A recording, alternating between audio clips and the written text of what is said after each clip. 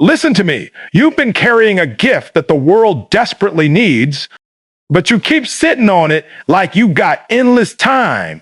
You keep talking about your potential, your dreams, your ideas, but talk has never changed anybody's life. Eric Thomas said it best. You cannot afford to waste your gift. Somebody's breakthrough is connected to your obedience. This is your wake-up call. No more hiding. No more waiting for perfect. Today is the day you activate what God put inside you. Your gift is your responsibility. So get up and USE it.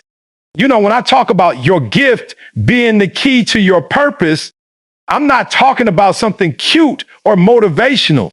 I'm talking about the very thing that kept me alive when everything around me said I shouldn't have made it. I didn't grow up with clarity. I didn't grow up with resources. I grew up trying to survive, sleeping in abandoned buildings. That wasn't a metaphor. That was home. Dumpster diving for food. That wasn't a story. That was dinner. Teachers told me I wouldn't be anything. The streets told me I wouldn't be anything. Life looked me in the face and said, you don't belong here. Bands. But even when I had nothing, I had this fire inside me, this ability to speak, to inspire, to push people. I didn't know what it was back then, but I knew it wasn't normal. And let me be real with you. I ignored it. I ran from it. I buried it under pain, excuses, and survival. I thought my circumstances disqualified me from using my gift. What I didn't understand was this: the gift doesn't wait for perfect conditions. The gift is the condition. The gift is the door. The gift is the path. Right? And some of you are doing exactly what I did, sitting on something powerful because you think you're not ready, worthy, not positioned. You're waiting for life to calm down, for money to show up, for people to believe in you. Let me tell you what I learned the hard way. Your gift, your gift gets sharper through struggle, not comfort. Every night I slept outside. Every morning I woke up not knowing what I was going to eat. That was shaping my voice. That was shaping my resilience. That was shaping the message inside me. The pain wasn't blocking my gift. It was building it. Your gift works even when you feel broken. Your gift works even when nobody claps. Your gift works even when you're scared, tired, doubting, or confused. It's the one thing in your life that doesn't require permission. It only requires movement. Some of you think you don't know your purpose, but deep down you do. You just don't trust yourself enough to act on it. You keep saying someday. You keep saying maybe when things get better, but your purpose doesn't activate on someday. It activates the moment you stop sitting and start stepping.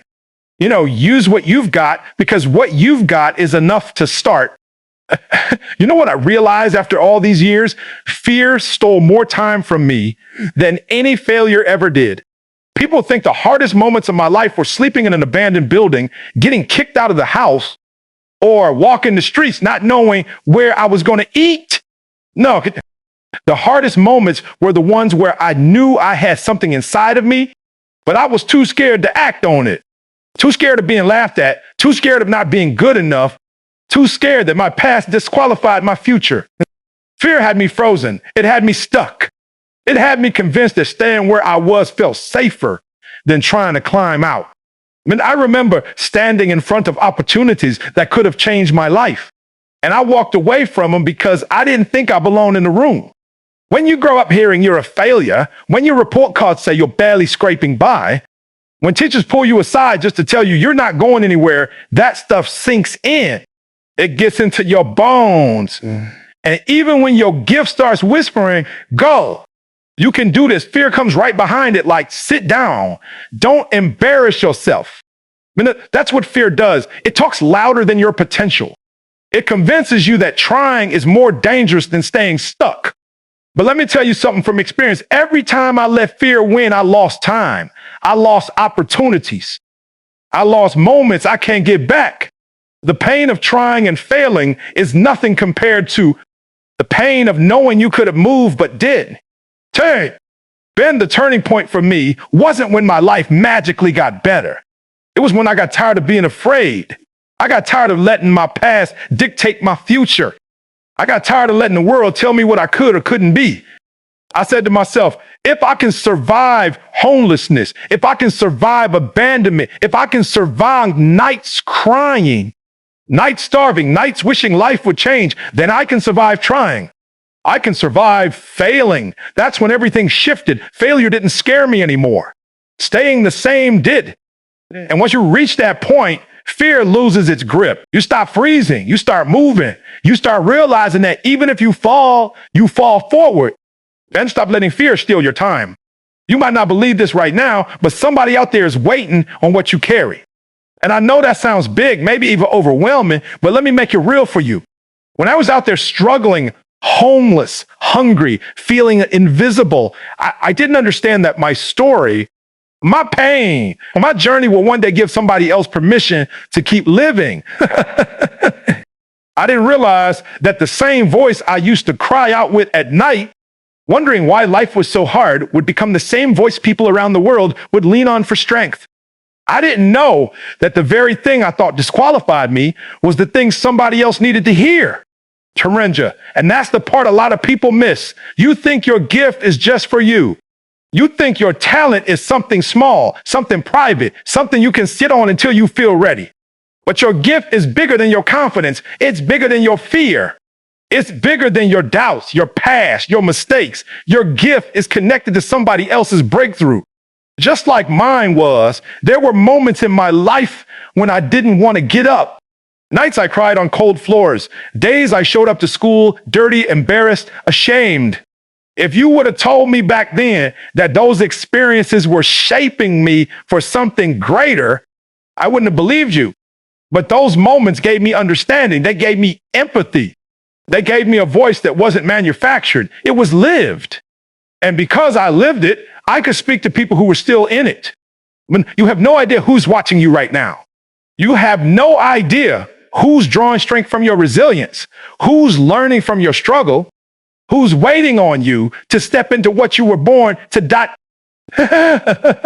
do so they can finally believe it's possible for them too. Somebody needs your story. Somebody needs your creativity. Somebody needs your leadership, your discipline, your courage. You think you're just trying to survive, but somebody else is watching you to see if survival is possible. Your life is not an accident. Your gift is not random. There is somebody on the other side of your obedience, somebody who will rise because you refuse to stay down. Banza, don't let the person who needs you keep waiting. Let me tell you the truth about discipline, because people think it's some fancy word reserved for perfect people with perfect lives.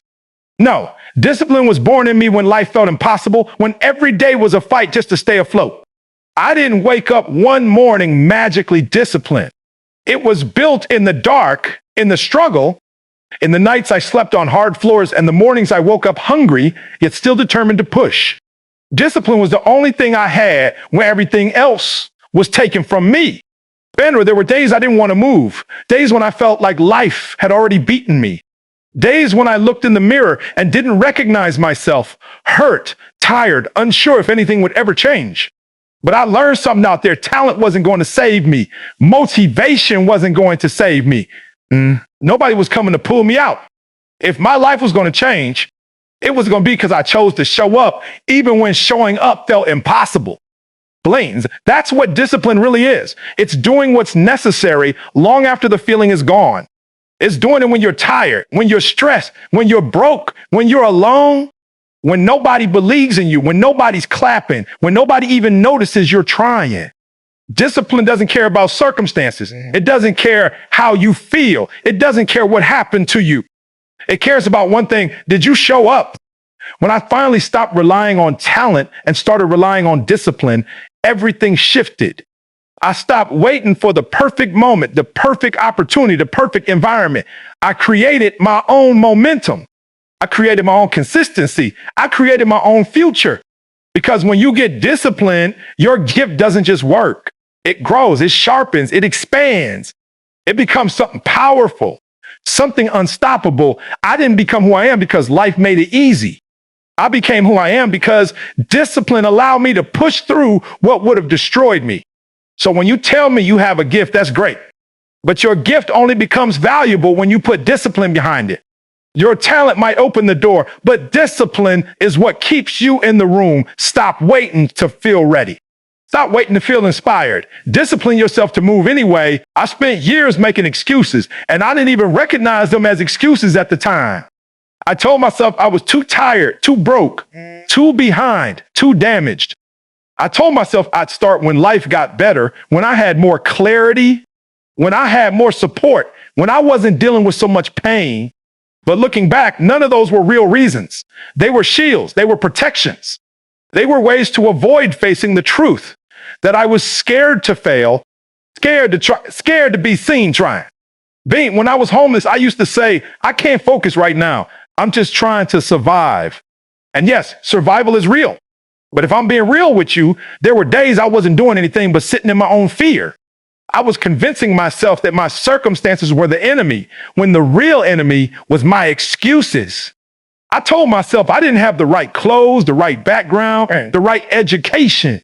I blamed everything around me because it was easier than admitting I wasn't taking responsibility for my own gift. But there was a moment that changed me. I remember sitting on a cold floor, angry at the world, angry at life, angry at everybody who abandoned me. And I heard something inside me say, you can stay here or you can get up. But either way, nobody's coming to fix this for you. That hit me hard. I realized that my excuses were costing me my future. They were stealing opportunities I didn't even know existed.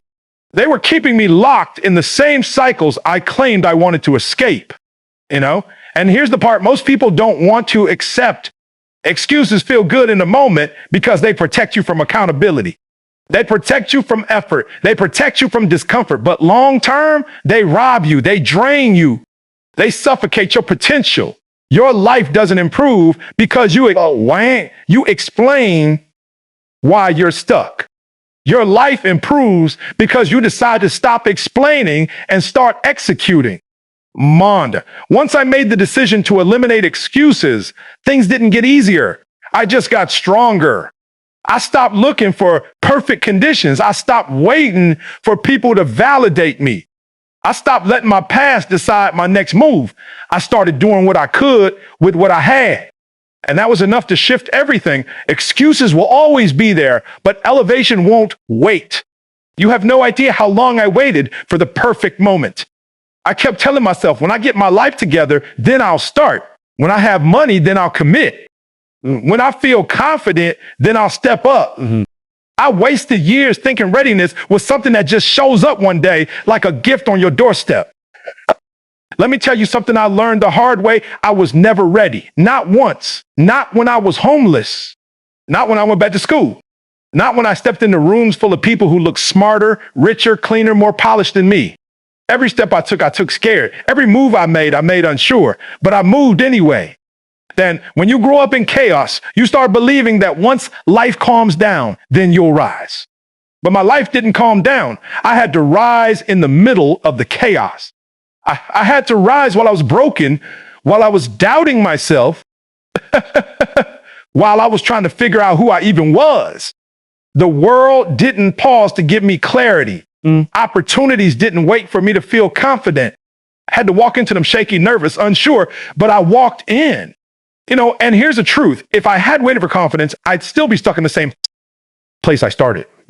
Confidence didn't show up first. Action did. The more I moved, the braver I felt.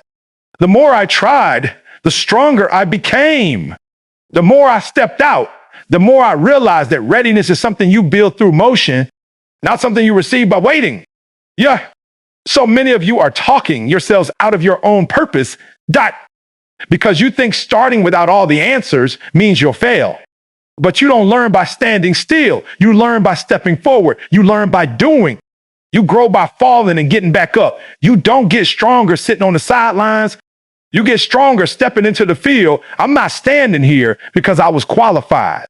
I'm standing here because I got tired of waiting. I got tired of watching my life pass me by. I got tired of letting fear make my decisions.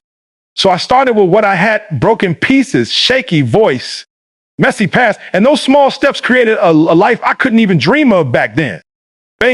Stop waiting for perfect. Start where you are with what you have right now.